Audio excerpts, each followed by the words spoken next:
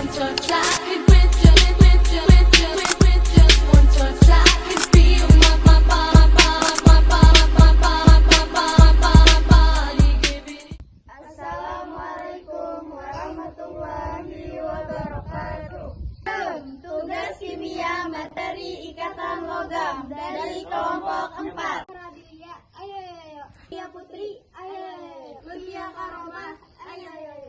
Fitria, ayo. Hari, ayo. Alif Naufal, ayo. Pada umumnya, ikatan logam adalah ikatan yang terbentuk akibat adanya gaya tarik-menarik antara muatan positif dari ion-ion logam dengan muatan negatif dari elektron-elektron yang bebas bergerak dalam logam tersebut. Berdasarkan pernyataan dan penjelasan di atas, maka definisi ikatan logam dapat dikembangkan sebagai berikut. 1. Ikatan logam adalah ikatan yang disebabkan oleh adanya elektron valensi suatu logam yang tidak terarah. Misalnya, pada logam Li memiliki struktur 1s2, 2s1, elektron 1s2. Terdapat dalam orbital yang terarah, sedangkan elektron dalam 2s1 terdapat pada orbital tidak terarah. Elektron 2s inilah yang akan membentuk ikatan.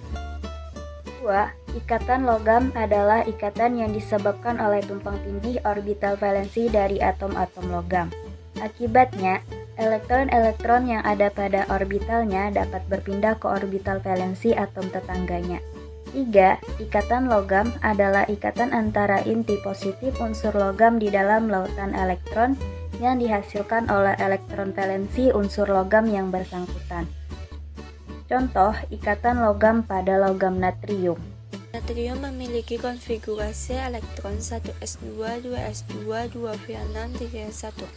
Tiap atom natrium tersentuh oleh 8 atom natrium yang lainnya dan terjadi pembagian saring antara atom tengah dan orbital 3s di semua 8 atom yang lain.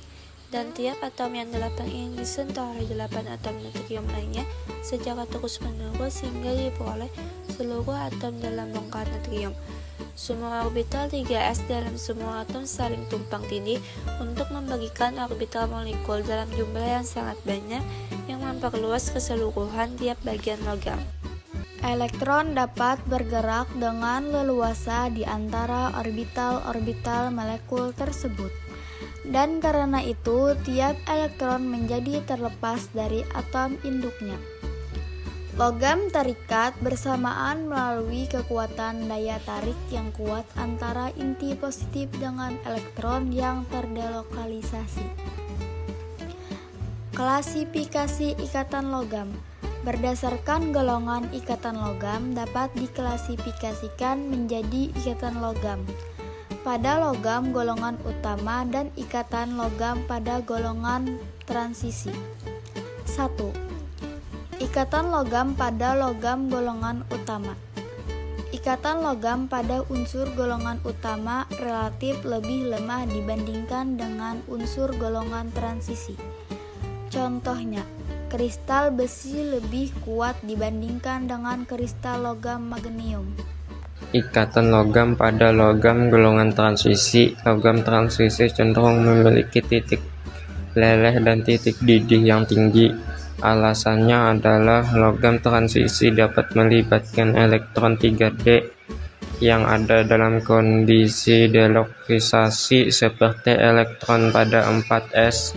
Lebih banyak elektron yang dapat terlibat, kecenderungan daya tarik akan semakin lebih kuat. Contoh ikatan logam pada unsur transisi adalah Ag, Fe, Co, dan lain-lain. Berdasarkan unsur penyusunnya, ikatan logam terbagi dua, yaitu 1. Ikatan logam antar unsur sejenis, misalnya ikatan antara unsur litium dengan unsur litium yang lainnya. 2. Ikatan logam antar unsur yang berbeda jenis alloy, bahan-bahan logam yang bukan hanya dibuat dari satu jenis unsur logam tetapi telah dicampur atau ditambah dengan unsur-unsur lain disebut alloy atau sering disebut lakur atau paduan. Misalnya logam baja stainless steel yang terdiri dari logam besi 72%, logam krom 18%, dan logam nikel 8%.